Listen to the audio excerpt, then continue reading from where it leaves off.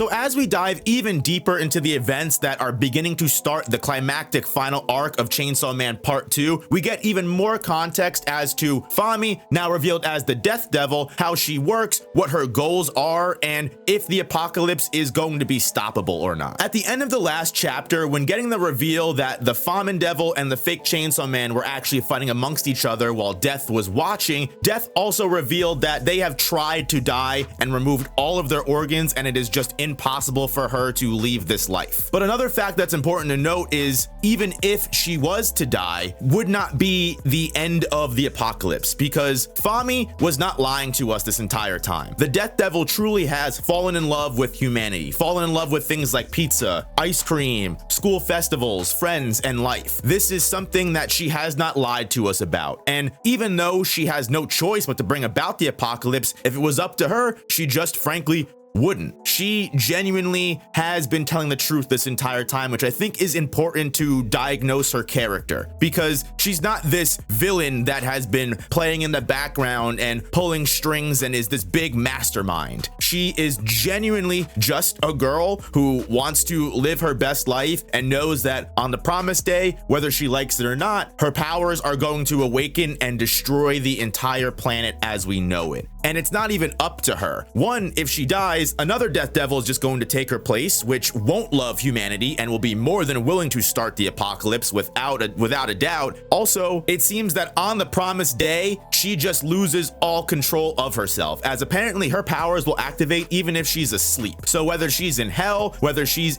on Earth, whether she is quite literally just pieces of meat and they shred her into small little dust, it doesn't matter. There is no way to stop Nostradamus' prophecy. Of course, Fami and fake Chainsaw Man come up with the most obvious answer to the Death Devil's problem, which is, hey, if you just get eaten by Chainsaw Man, then that will just erase death as a whole. You won't reincarnate, there won't have to be a new Death Devil that we have to worry about. You'll be gone, you get what you want, and humanity continues on. And the most interesting part of this chapter is it seems like either Fami has not already thought of this, which doesn't make sense because it's almost as if everything that she has been doing throughout the plot of part 2 has been to power up Denji, even potentially power up Asa and Yoru to make sure that they are strong enough to either eat her or do something about her. Or this has been her plan all along, but there's some reason that she's wary it might not work, or there's some reason that it just quite literally cannot work. There have been multiple theories stemming throughout the community, especially since we got this identity theft of Death Devil, revealing that she has been lying about being Fami the whole time. A big theory that a lot of people have been talking about when it comes to Pochita specifically: what if Pochita isn't the Chainsaw Devil?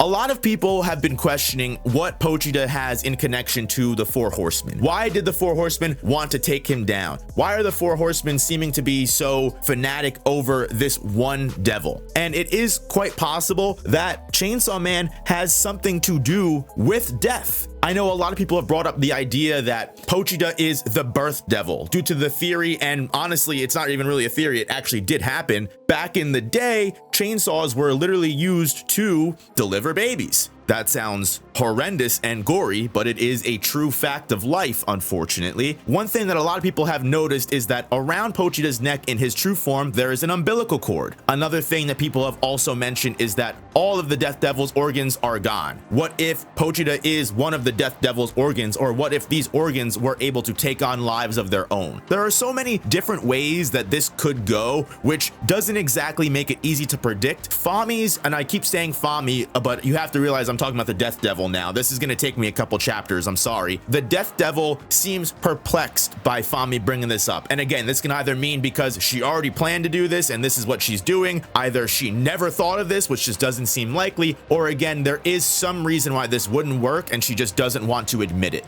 But what is nice is we do get a concrete explanation for how the Death Devil's powers work, because one thing that was called into question, it was obvious that a Death Devil would be able to control a primal fear like Falling Devil. We all, excused it away for Fami, but it just makes sense. King, queen of all the devils, she can control whoever she wants, and that goes through with her power, as whoever she kills, she can basically just control entirely. She steals their life and then is able to give that life back to them. And this just has to be another drop in the bucket for Chainsaw Man and Death having some kind of parallel connection of some form, because when deciding to take the Famine Devil and fake Chainsaw Man under her wing as pawns, how in the world does eating them have anything to do with her power? Because even the Falling Devil asks, hey, you know, you can just revive them as your pawns. You don't need to eat them. So why exactly do you eat them? Death Devil has no reason to eat all of the people that she does,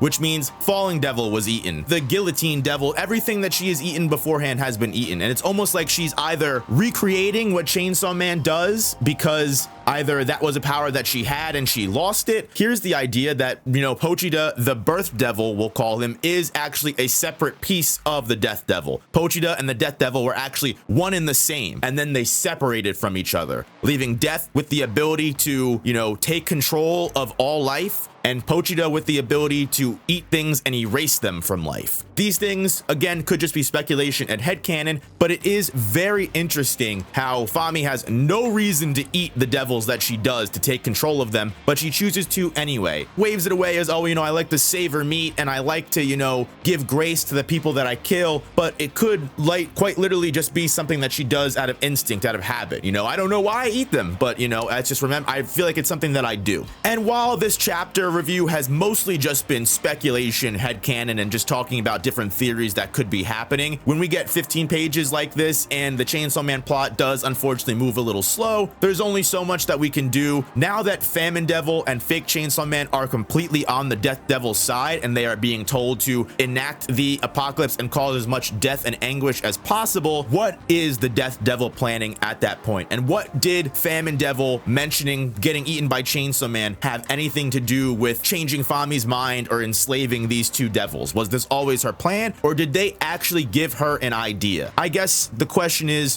what actually happens if the Death Devil gets eaten? Pochita devours Death and the concept of death as a whole is gone. Do we all just become aging world and we all live for thousands of years and then we become trees? Makima said that there were 4 other endings to human life besides death that Chainsaw Man had already devoured. While that could be in reference to the connection to death, because if these devils were another solution to life, wouldn't they be just as strong as death? Or was death actually the worst ending and all of these other endings were, hey, they weren't so bad? You know, I want to have this happen to me. I don't want to die. The small little bits of information that we got in this chapter were important, and I don't want to mitigate that whatsoever. The very fact that we now understand how Death Devil's powers work, everything to do with the fact that where Death Devil stands on destroying the world, it's something that she can't even stop. So I guess my question is, who can? It's funny to think that at the end of the Nostradamus prophecy, the Death Devil does mention she doesn't know why, but all of humanity's fear of death will rise to a peak that it never has before, which will jumpstart the apocalypse whether she likes it or not. We really don't know what's going on. Death Devil is acting very weird and again is acting out of the character we think she should be. For someone that loves humanity and apparently wants to do everything she can to stop herself from destroying the world, she quite literally continually does everything she can to get that apocalypse to happen. But let me know what you guys think is going on down in the comments. Do you think Death Devil is literally just as, you know, incompetent as we characterized Fami to be, where she has all of these awesome ideas to stop herself and they just end up backfiring? Or do you think she's smarter than she actually is and all of these plans are going to coincide with Pochita and Denji that are strong enough to devour her and stop her or do whatever they need to do? What do you think about the connection between Death and Pochita? Do you think there is more to Pochita's backstory that we just don't know about and need to get? And most importantly, should we be asking ourselves if this is also part of the ploy and Death Devil is just the Death Devil, hates life, hates humanity, and it's all just one clown game to get everyone to do what she needs to start the apocalypse, and it's all just cap? Please hit the like button, subscribe so you don't miss any future Chainsaw Man reviews,